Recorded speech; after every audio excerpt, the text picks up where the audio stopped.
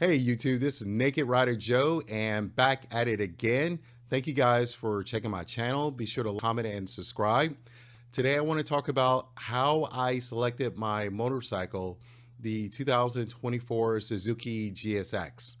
I'll go through the whole process of me selecting it and the criteria, why I didn't select some of the other bikes, and hopefully that'll help you guys as you go out and you purchase or decide to purchase your own motorcycle. First things first, as far as my background, that I used to have a Daytona Triumph 675. I absolutely love that bike. It was so much fun. I used to ride everywhere quite a bit. In addition, whenever I go travel, I would rent a motorcycle. So I would go down to Florida, Miami, Las Vegas, LA. And when I go to these different places, I would rent Harleys, sport bikes. I would rent different cruisers. I would have so much fun riding around on my motorcycle and renting bikes. Fast forward to when I had my first child was born, I decided to sell my motorcycle and I stopped riding altogether. And that was a good 12-year break is what that was. Then I took a job where I needed to get to work. Part of the job, as far as like great job, but unfortunately they don't have any parking. It's very limited on parking, so you have a choice where you can either do public transportation, you can actually go through and do commuter, as far as like. You also have the option where you can do ride share, where you can ride with somebody else that is coming in to work, or you'd have to go out and get a motorcycle. So I decided that that would be the option that I would go do, is to just go ahead and buy a motorcycle and get back into riding. A couple things about my morning commute, which you should understand as far as when I'm going to select a motorcycle, is that I live in Oregon, and up here it doesn't snow, so you don't have to worry about that part. It can rain quite a bit during the winter time, but it's a real light rain. It's not like Florida or Texas where you got thunderstorms with lightning and really heavy winds. However, part of my commute is about 10 minutes where it takes me to get to the highway, another 15 minutes on the highway, and then it's another 5 or so minutes up an actual mountain. And then that's where I park up there. You have to keep in mind that when I'm riding my morning commute, there's big trucks out on the highway. The temperatures can drop into the 40s or so. At the same time, you can get a lot of wind. You can get from the big trucks. The speeds can go up to like 5 is what it can go up to, but it can fluctuate quite a bit. And also there's darkness too. That's key thing is that up here in the wintertime, the sun doesn't come up till much later. So what happens is that you start your morning commute and it's almost like you're riding at nighttime. Those are some of the things to keep in mind when we talk about the actual morning commute. Another thing to keep in mind is that I am a huge fan of Dave Ramsey and Dave Ramsey's 7 Baby Steps. I've been following that for, God, it's probably been about a good 20 years. I just love that message, what he believes in, all that kind of good stuff.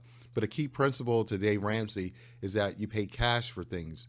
You do not finance things out. So when I was looking to buy my motorcycle, the first thing that comes up as far as with the type of bike that I'm going to buy is how much money I'm willing to spend. I figured things out, and from doing some estimates and looking around on there, that I determined that I would spend a total of $10,000 on the motorcycle itself. That would be the max I'd be looking to spend. And the max I look to spend on my accessories would be $2,000. Now, first things last, as far as with the accessories, $2,000 is a lot of money. That's a lot of money to spend, obviously. But when you think about all the things that you got to buy when you go out and purchase a motorcycle, I would have to buy the pants, the boots. I'd have to buy the actual jacket. I'd also have to buy the gloves. And because I'm looking at riding year round, I'd have to buy at least 2 sets. One for the summertime when it does get kind of really warm, and the other for the winter time. There's very few items that can go both summer and winter without any problems, especially when you talk about riding in the rain. And I also have to buy a helmet, is what I have to buy, and there's insurance. So there's that cost also too. So when you start adding up all these different things, and then obviously I got to do an actual oil change myself in order to save money. So you have to get whatever you need for the oil change. So things really start adding up pretty fast. when you look at, hey, I'm going to spend $2,000 on accessories. Same thing on a motorcycle standpoint.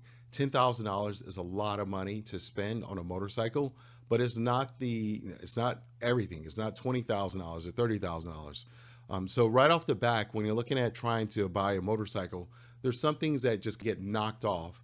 The first thing is all the things such as the BMWs and the Ducatis automatically, they're gone.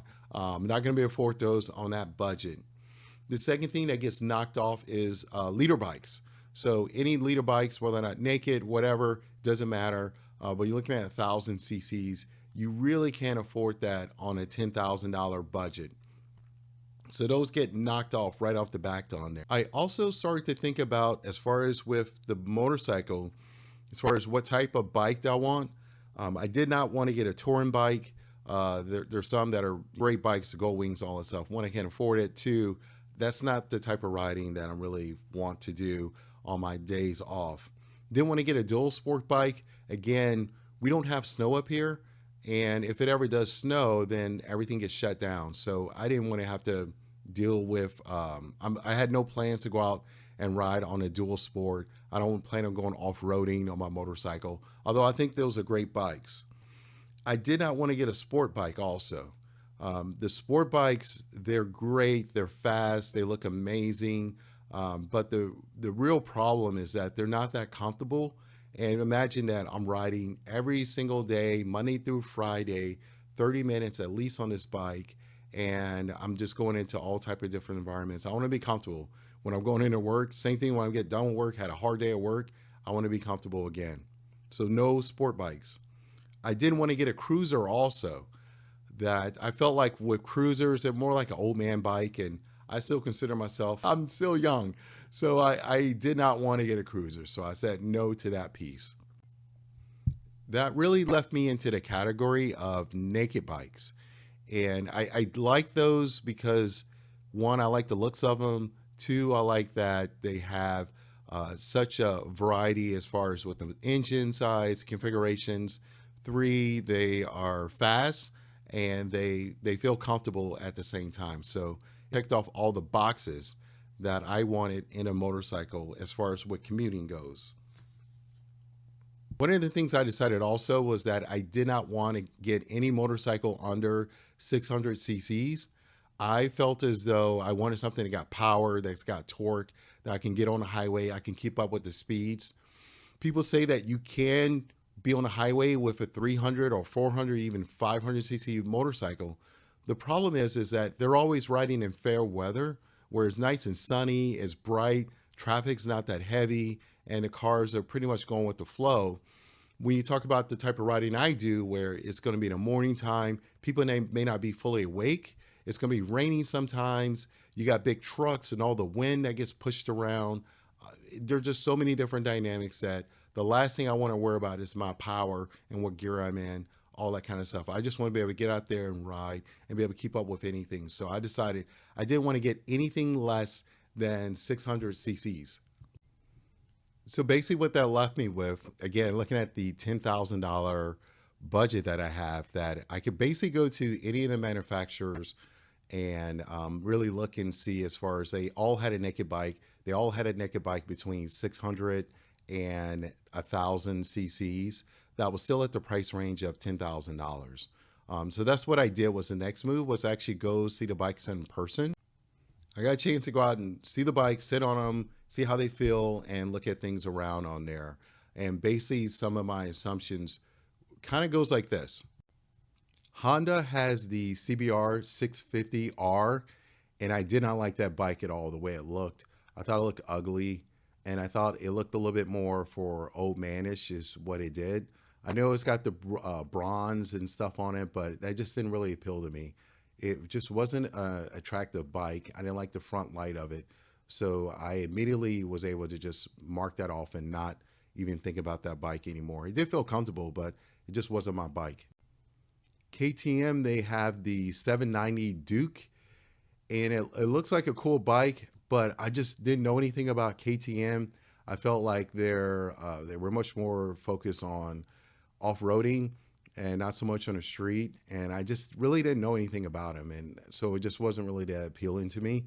The orange also was kind of a bit of a throw off. And they had all the orange bikes all right next to each other. And it was just like, I was just blindsided by too much orange. I know that's their color and that's what they're known for, but it just didn't appeal to me at all. So I was just like, not really interested. Never was a contender at KTM. I did take a really hard look at Triumph. Triumph has the new Trident, the 660. And I went to go check out those motorcycles and sat on them, really thought about it from that standpoint. I liked the bike overall, but I felt like it was more of an old man standard bike than it was an actual naked bike. Maybe it's because of just the front light of it. I just didn't really, it didn't appeal for me from the look standpoint. I mean, it was comfortable to sit on, but most motorcycles are going to be when you talk about naked bikes. It just wasn't really that appealing to me. So I took that one off the list. I did go back to look at the Daytona Triumph 660. That was their all new that came out.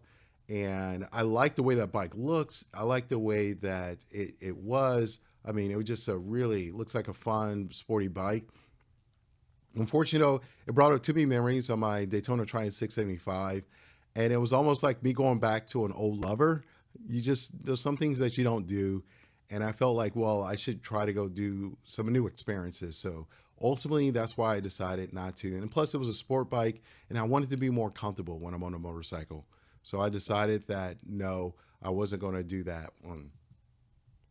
Another bike I took a long, hard look at was the Kawasaki Z650. And I liked it a lot. It felt really comfortable, and I liked it overall. The one thing that was a bit throw off on it, I like that it had a lot of like the newer features, like it had the different ride modes that was attached to it. The one thing that was a bit of a throw off on it was the colors and the looks. It came in this weird, the green color that Kawasaki is known for. And I know it's something that they pride themselves and they like a lot, but I just didn't like that color. It didn't appeal to me at all. That neon green. Same thing with the red that they had. I didn't like that way that color was either. It wasn't true dark red all over. It was like a red, black, and white mixed in together. Kind of thought like it was more of an ugly bike. So that one didn't appeal to me at all. When you talk about from the actual looks of it, it felt nice to be on it, but it just from the looks, it just wasn't that really a great looking bike. Kind of reminds me with the humpback, more of a B is what it reminds me of. So I decided, no, I'm not going to look at that one. Now, when it comes to my motorcycle choices, what I really was 100% almost about to buy was the MT07.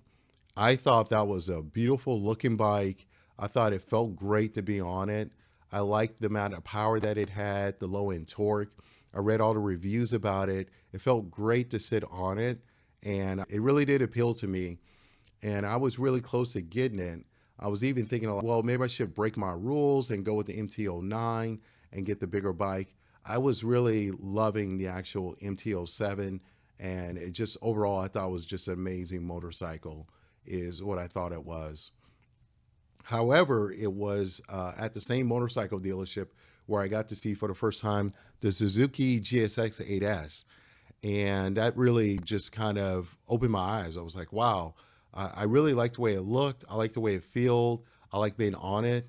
When I started reading more about the features that it had, as far as with it having the assist shift clutch, where you can shift up and down, started looking at also that it's got the different ride modes and traction controls.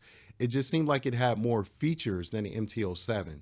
The MT07 was like old technology, and the 8S was just brand new technology that the MT07 didn't have.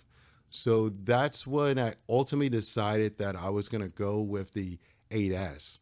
It was just because of, from a technology standpoint, the MT07, at least the 2024 version, it didn't have all the latest features and bells. I work really hard with my money, and I feel as though like I want where I spend my money, they got to work as equally as hard for them to keep and get my money from me.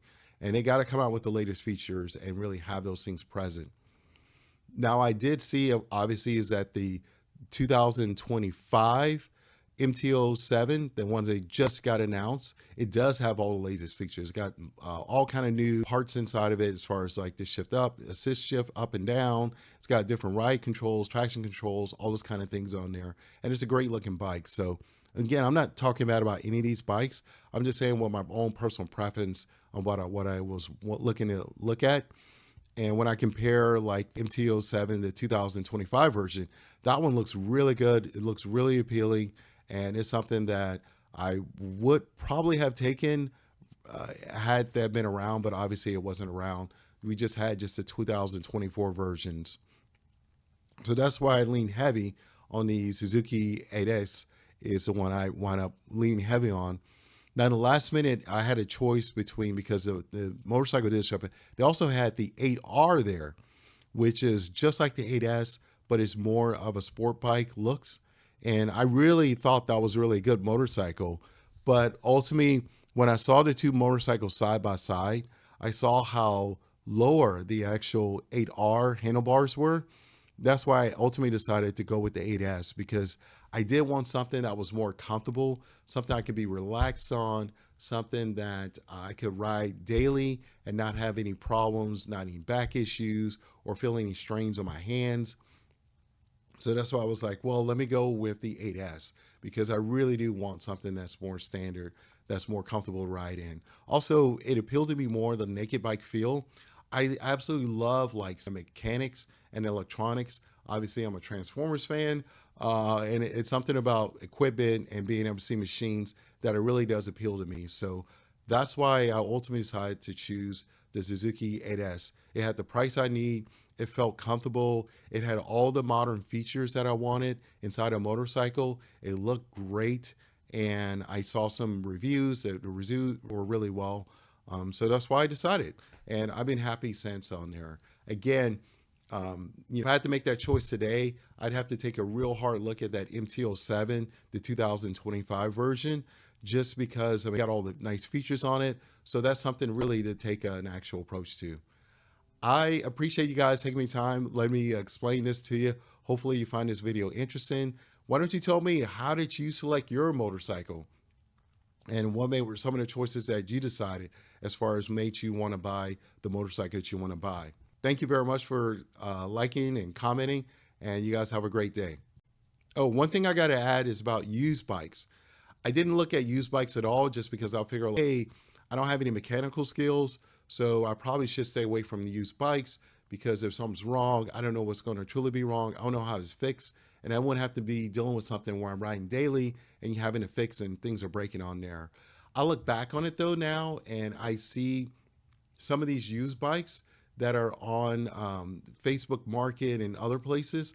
And man, some of these bikes are less than 1,000 miles. Some of these bikes are only 500 miles, and they're going for thousands of dollars off. So that'd be something that I would highly recommend if you're looking to buy a bike, to look at that used market.